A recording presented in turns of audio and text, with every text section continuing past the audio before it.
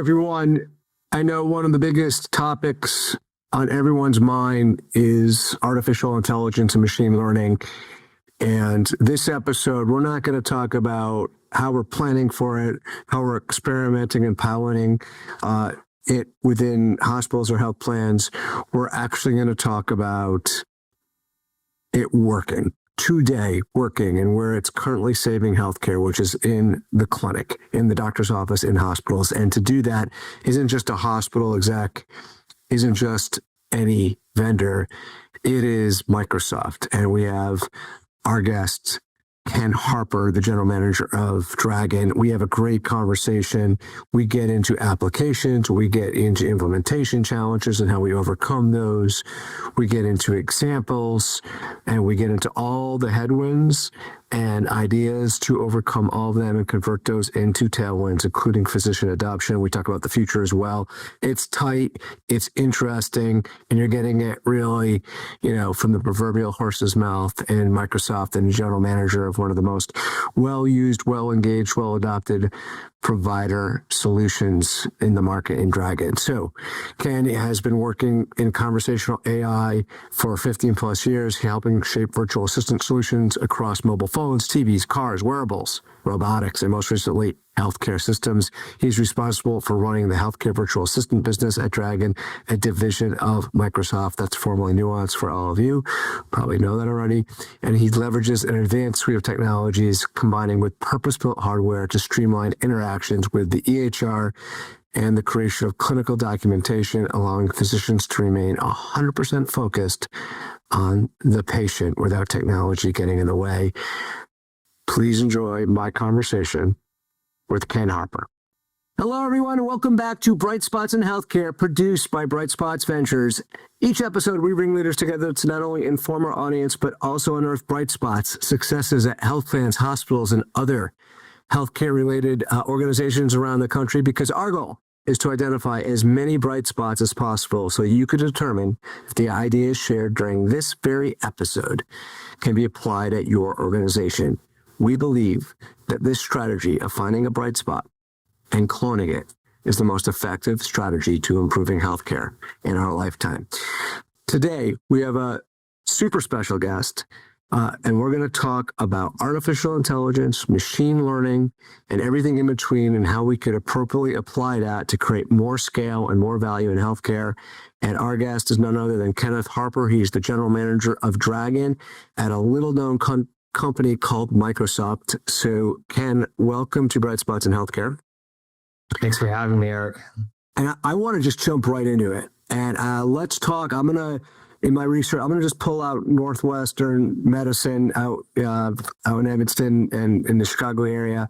And you could bring in anyone else you want to, because I know you work with hospital systems all over the country. But at Northwestern Medicine, they are saying that clinicians have, since bringing in AI to certain parts of their practice, have reported seeing an average of 11.3 additional patients per month, and they're spending 24% less time on their notes. So let's jump right in. Walk us through how their team has achieved those results through DAX Copilot, and I'm sure we're going to have all kinds of follow-up questions on how to achieve that. Yeah, certainly. So, Northwestern, Eric, just like many other large health systems, around the globe, are struggling with this core problem of how do you actually document what you're doing with patients? How do you tee up certain tasks in the electronic health record? This is creating a huge burden on our care team workers. And so Northwestern was an organization very early on that recognized, listen, there are solutions out there. AI is this burgeoning technology that we should be looking at bringing in that could change, how their physicians, how their care team workers are actually performing work.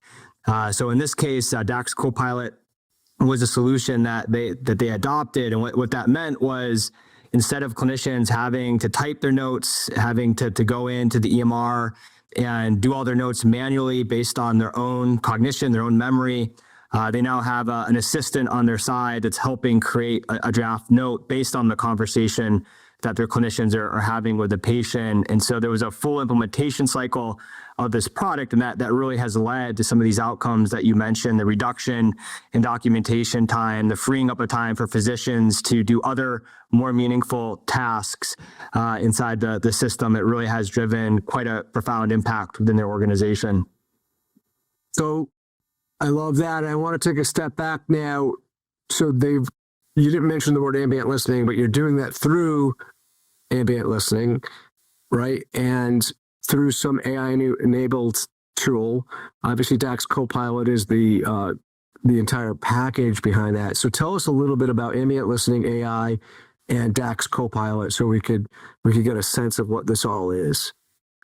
Yeah, so the idea of ambient listening, it really is a new technology category that's been created over the last five or 6 years. But the technology is now at a point when we say ambient listening where a provider can walk into a room, they can record the conversation that they're having with the patient, and there's an assistant literally listening to that conversation, understanding the context of what's being discussed, understanding the symptoms that the patient is describing, understanding what their care provider is saying around the diagnosis and the treatment plan they need to be put on. They could understand all that contextual information and write automatically for the provider a clinical note that in previous lives they would have had to write purely based on memory and purely based on the keyboard and mouse. And so it really is this new category of reimagination where ambient listening, it's unobtrusive, it's just happening in the background, the AI is listening, it's doing some of that work for the clinician so the clinician can actually focus on treating the patient. And this is a technology we're pretty excited about. It's been introduced now at over 500 healthcare organizations. Northwestern is one of the first. There's several others that are seeing very similar results, but it really is having a profound impact on how care is being administered and the time that we're freeing up for the provider to focus on the patient. Okay, so if I understand that correctly, as being a layman, but a regular user of Teams, this is sort of Copilot for those who are Teams users. I'm guessing there's a lot. And if you're not a Teams user, then I'll say Zoom AI summary, where you're getting, those are layman summaries of a meeting you will have on Zoom or on Microsoft Teams. But obviously the words we typically use in a business meeting aren't as scientifically oriented and technically oriented as a conversation a physician's having with their patient. And obviously context is much more important when you're talking in a medical capacity in the clinic. So could you just, for all of us listening, put like the analogy between what either Copilot or AI summary at Zoom and what DAX Copilot is for physicians? Yeah, you're right, Eric, it's a similar concept. You're taking this signal of information and you're summarizing it for your audience. But what's unique about DAX Copilot running in healthcare is it's optimized for clinical information. You think about all the diagnoses, the prescriptions, the unique medical terminology that's being used, as well as there are very specific requirements that you have to document certain aspects of care so that that's in the patient record. And there's a lot of downstream implications of that information once it goes into the electronic health record. And so the difference with DAX Copilot relative to other copilots, that you might be using in other applications, is it really is specifically designed to handle medical documentation for a healthcare organization and the nature of that documentation that exists. And Dragon in its sort of traditional form never did that. That just recorded. Yeah, so think of Ambient as another interaction mode that clinicians can now use. And so historically with Dragon Medical One, that's been a historical product Microsoft has had, and we have 600,000 users on it today here in the United States. It's a predominant modality. It's still used a lot, but it's an explicit modality, meaning you're speaking very specifically what you want to go into the medical note. Ambient's different in that it's a conversational interface, meaning you can just converse with the patient no different than how you'd be conversing with the patient without the technology running, but it's able to take the contextual cues of what you're discussing to summarize a note automatically. And so the two do get used together. There are certain times where a provider may want to dictate something very explicitly. There are other times where they just want to record conversation with the patient. The two modalities actually work interchangeably, and the end result is you get a high quality note that doesn't take you a lot of time to actually create in the first place because the technologies are doing that for you. Okay, so let's get into some nitty gritty details here. Obviously, those listening who work at hospitals and health systems full well know the inherent potholes they fall into when trying to integrate a new technology into a clinical workflow, and the high degree of percentage of failure there. So let's talk about the headwinds of integrating a DAX Copilot into a hospital system or even a large medical practice, and maybe share some stories about strategies for certain organizations that have worked, and even better, some strategies that haven't worked. Yeah. Change management, Eric, is obviously incredibly difficult. It's difficult in all industries, but it's particularly difficult in healthcare. Taking a provider that may have been practicing a certain way for 10, 20, 30, in some cases 40 years, they're at the end of their career, and you're introducing something that's totally different in terms of something that's going to make their lives better, but it's different from anything that they've seen or been familiar with in terms of the work that they're doing in the electronic health record. And so it is a real problem, to be very clear. It's a real challenge organizations face. And where we've seen the most success with organizations on what are those bright spots of what it really takes to implement this and drive some of those successful outcomes. What it really starts with, number one, I think, is culture, Eric. And what I mean by that is, and I'm going to use one example, an organization, Advocate Health. They're also part of Atrium. They're, I think, the second or third largest health system now in the United States. They're actually one of the first to integrate DAX Copilot for the Ambient experience and do it broadly across their organization. One of the things I learned in working with them, I think, is oftentimes overlooked, is introducing innovation in healthcare. It requires collective buy-in. You need to get buy-in from your physician leadership. The physicians need to believe that this is something that's going to make their lives better. You need to get buy-in from the IT leadership, the folks that are actually responsible for, in many cases, agreeing to do the technical implementation. And you also need to get buy-in from your operational leadership, the folks on the ground that are actually doing the project management and engaging the providers and actually deploying this technology to them and making sure that they're using it and getting the most out of it.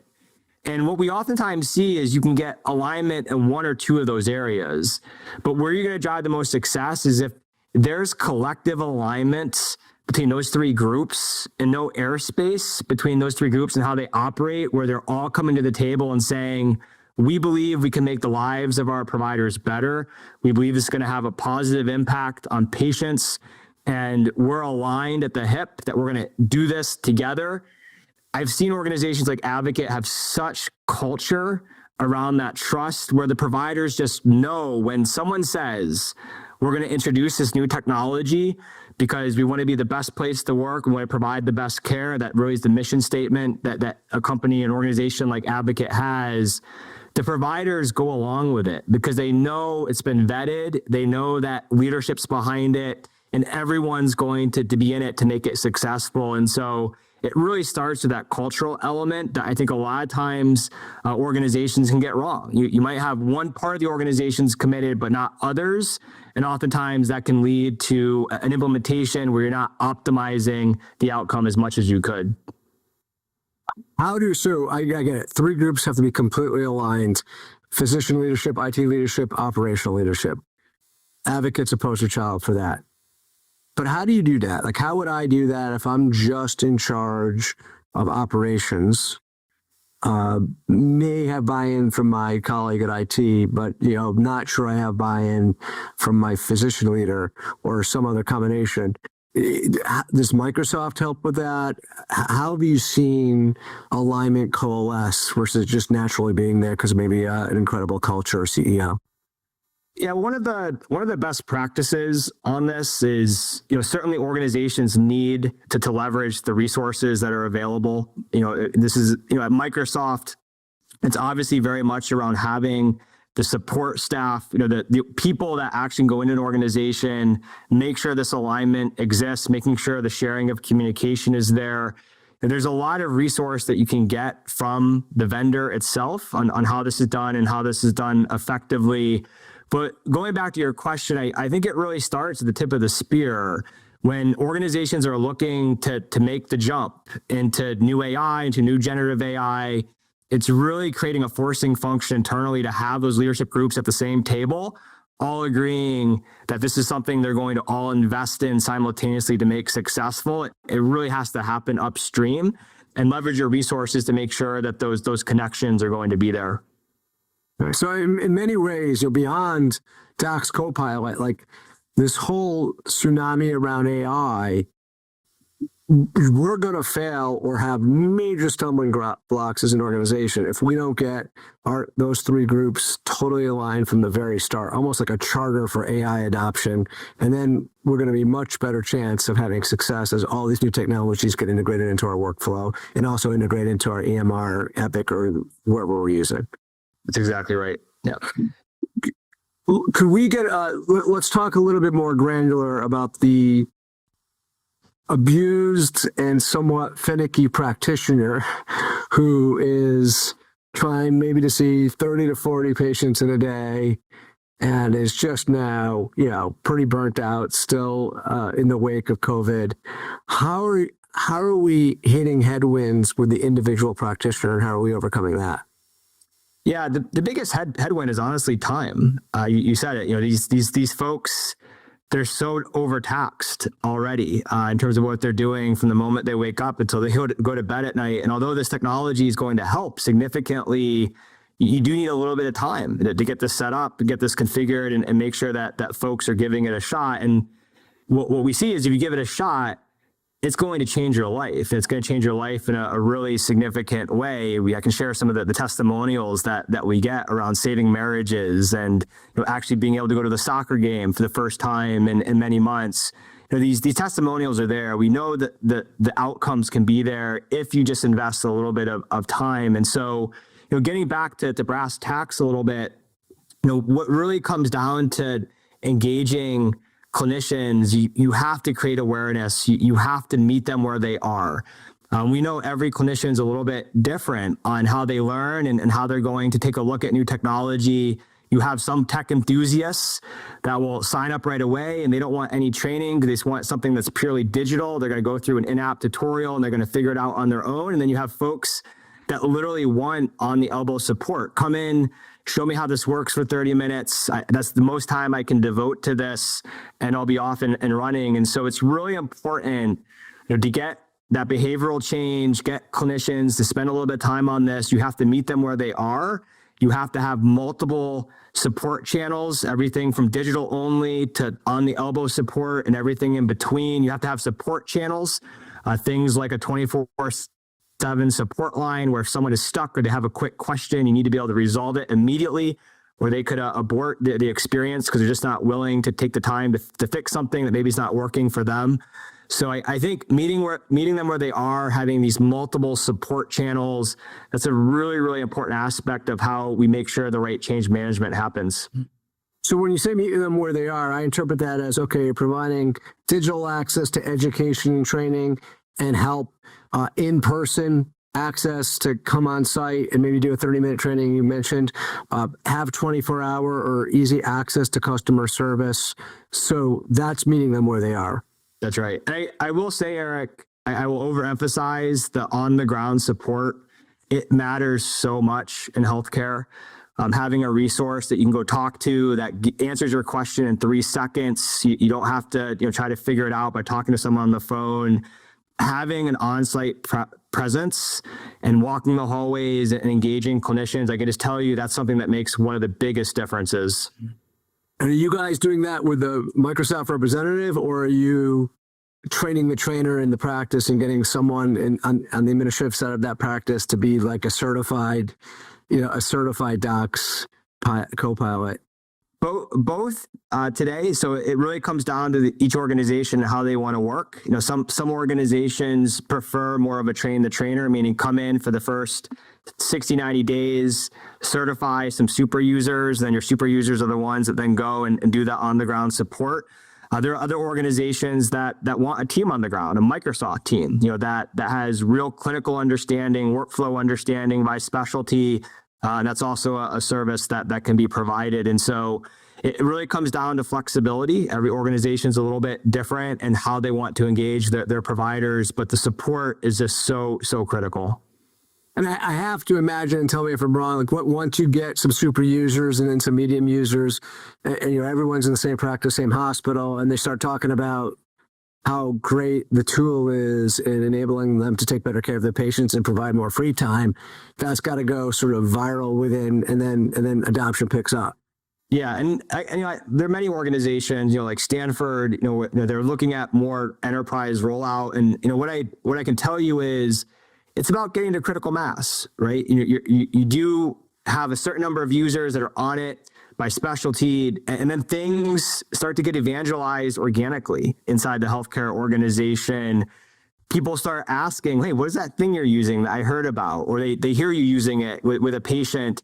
So, getting to critical mass, things really do start to take off where organically in the organization, information is going to spread. There's going to be knowledge sharing, creating community groups. And one of the best practices that we work with organizations on is actually having a chat channel, something where all the providers can go in and talk to each other and figure out how one person might be using it versus someone else, or asking a question. That's also part of community and how information should be spreading inside of a health system. And so all these things do impact that change management through time.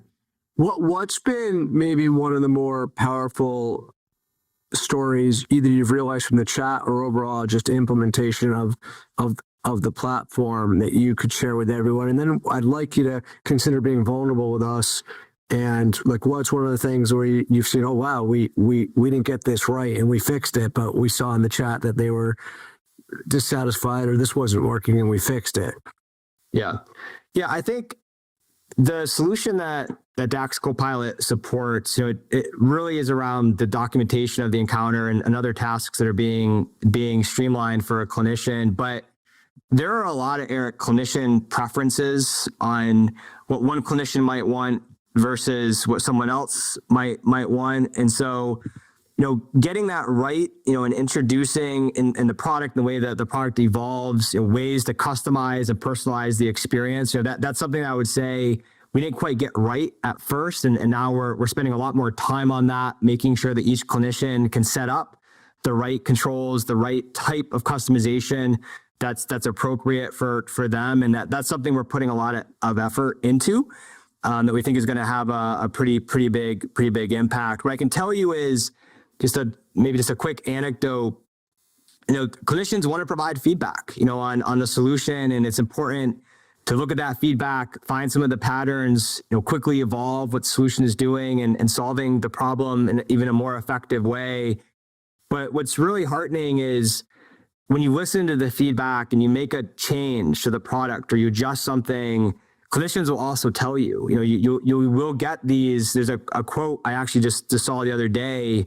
We made a tweak to the output, the quality of the output, and a clinician told us, this is now the best thing that I have as a tool to use since the invention of vaccines. Like, there's that type of hyperbole that will come up in terms of the impact of this tool as it keeps evolving, and as we keep looking at how to change it and how to evolve it and make it even more powerful for clinicians.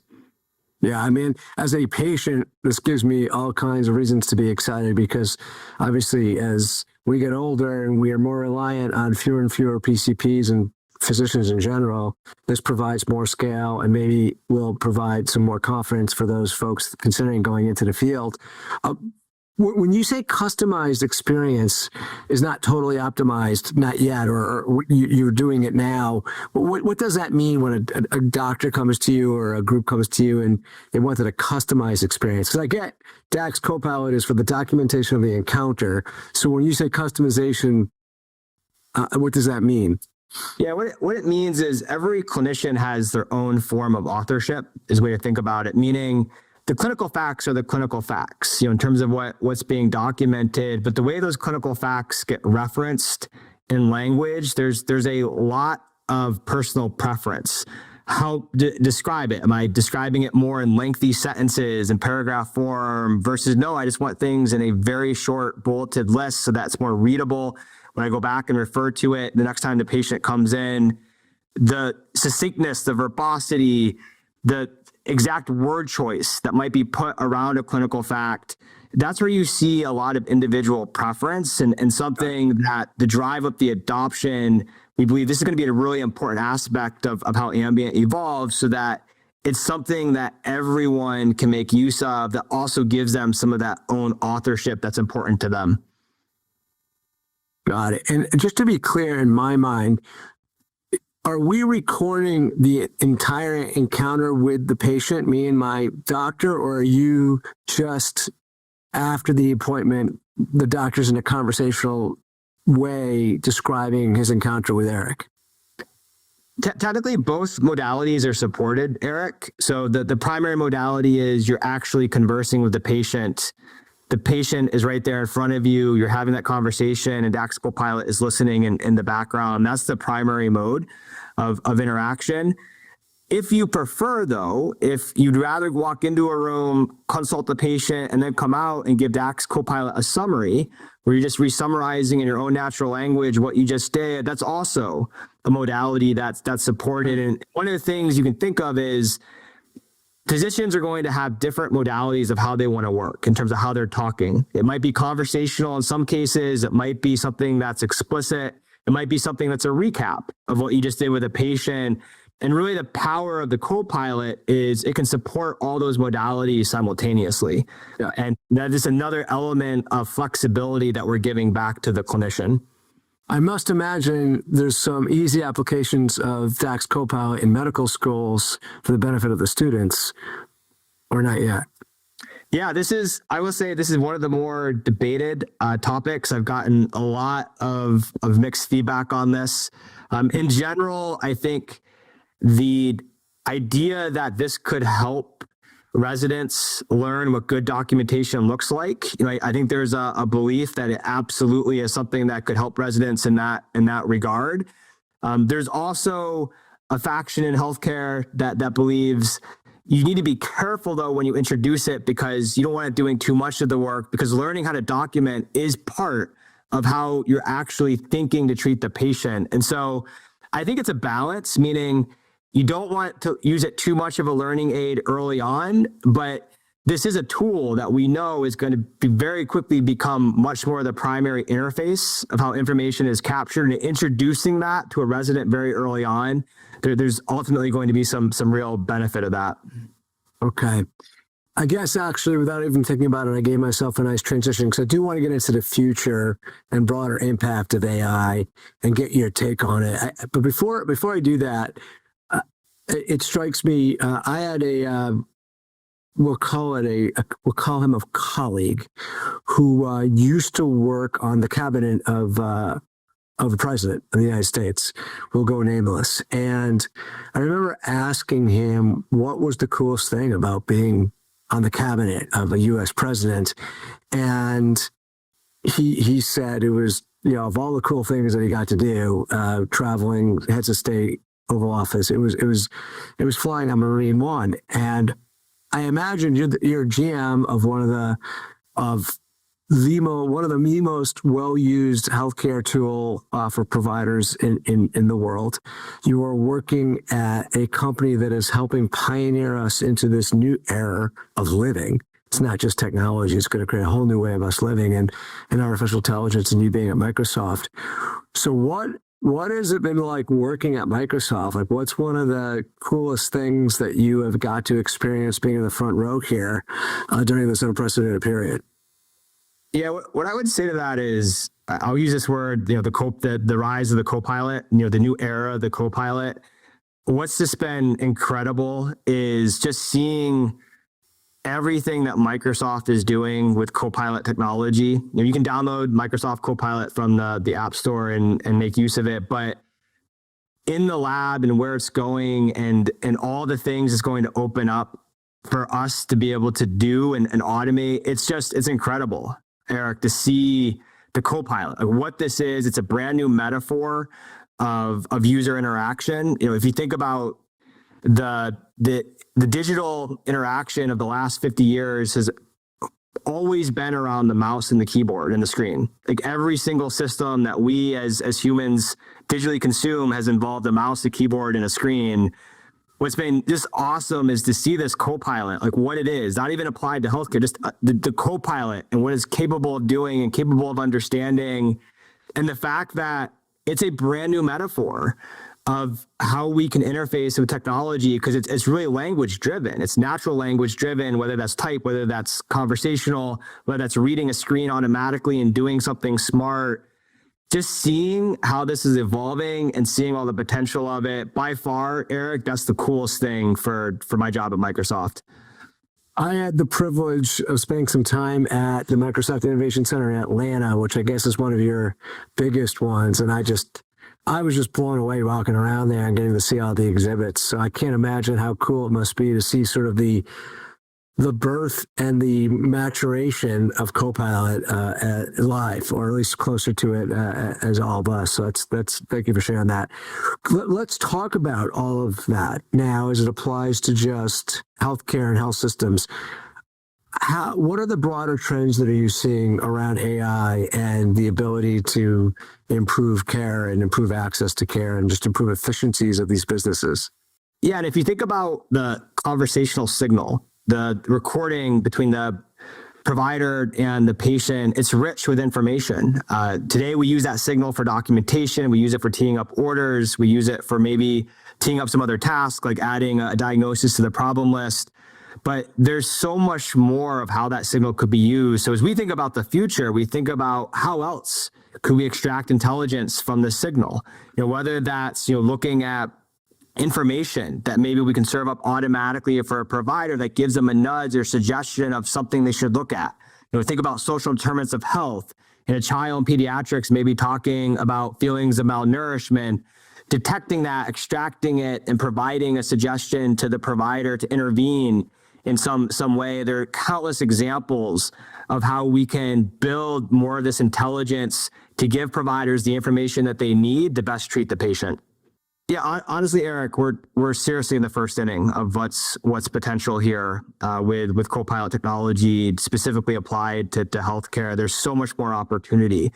We really believe that every persona in the healthcare organization should have a Copilot. Whether you're a physician, whether you're a nurse, whether you're an MN, whether you're a radiologist, it doesn't matter. Everyone should have this assistant on their side that's helping streamline and semi-automate many of these burdensome tasks today that all care workers are taking on. And so think, where is this going? Number one, think broad. Every care persona ultimately should be able to benefit from this solution tailored to their specific tasks that they work on.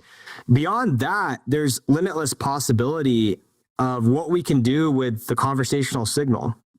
Think about this for a moment. The conversation that you're having with a patient, it's rich with medical information.